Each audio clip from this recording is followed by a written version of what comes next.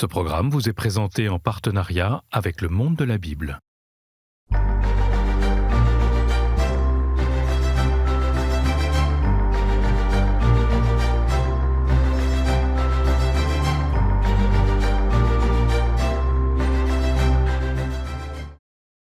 Les trois Hébreux dans la fournaise.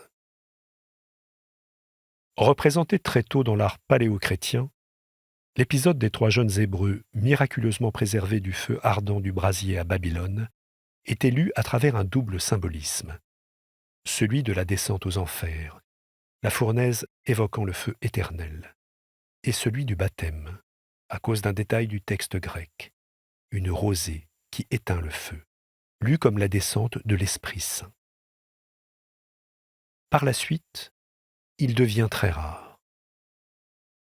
Ici, il est très difficile de distinguer avec précision ce qui se joue dans la scène centrale.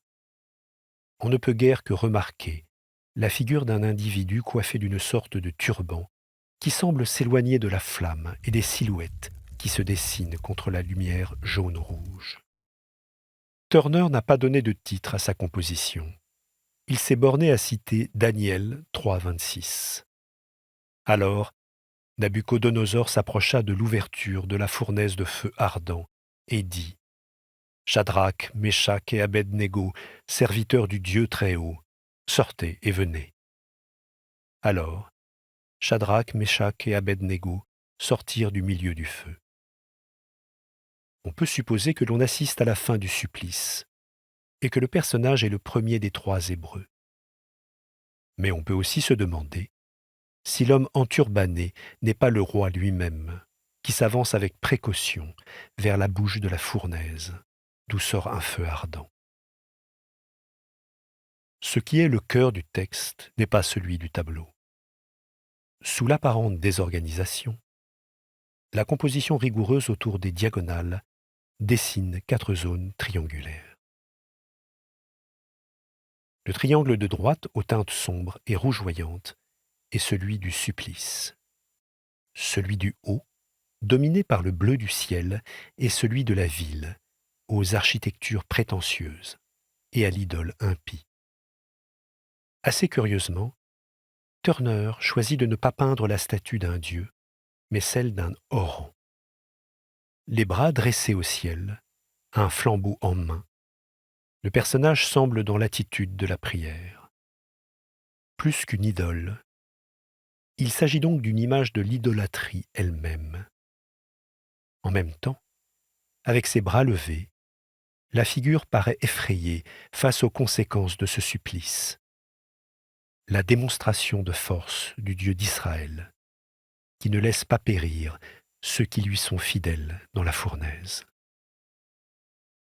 Le quart supérieur gauche du tableau montre le trône de Nabuchodonosor au milieu de sa ville, sous un dais à franges, largement déployé.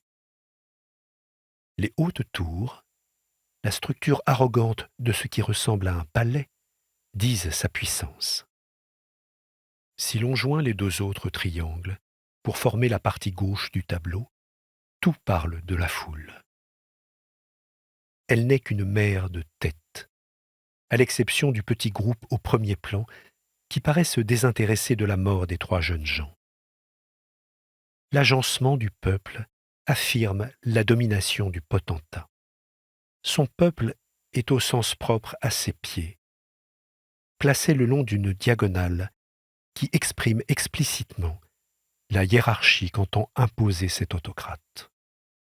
Mais avec la fumée, les lignes se brouillent. On ne sait plus vraiment où se trouve le tyran. Est-il encore sur son trône? Est-il descendu pour s'approcher du brasier? Par sa technique elle-même, le peintre démontre l'inanité de la prétention du persécuteur qui se perd dans la foule et dans la fournaise qu'il a lui-même allumée. Mis ensemble, ces éléments réalisent une méditation inédite sur ce nouvel acteur des changements politiques depuis la Révolution française, les foules. En peignant cette masse informe et anonyme, assistant avec curiosité au martyre de 3 jeunes gens, Turner en dit la fascination morbide pour le spectacle de la souffrance et de la catastrophe. Gouvernées par l'émotion, elles finissent par se confondre visuellement avec la fumée du brasier. Le petit groupe du premier plan renforce la leçon. Ces dames, toutes préoccupées d'elles-mêmes, sont le symbole de l'égoïsme humain. L'élégante du premier plan, soutenue par ses suivantes, richement parées, paraît tout droit sortie d'une scène galante.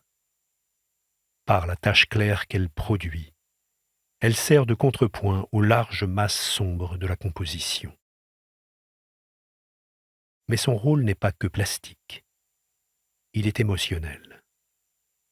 Deux jeunes femmes qui se tiennent par le bras semblent avoir arrêté sa marche pour pouvoir mieux la saluer et admirer ses merveilleux atours. Elle tourne le dos à la fournaise, dans une surprenante insensibilité au martyre des trois jeunes gens. Elle exprime donc, avec beaucoup d'indécence, une absence totale d'empathie pour ce qui s'annonce comme un drame, mais se transforme en une victoire de Dieu.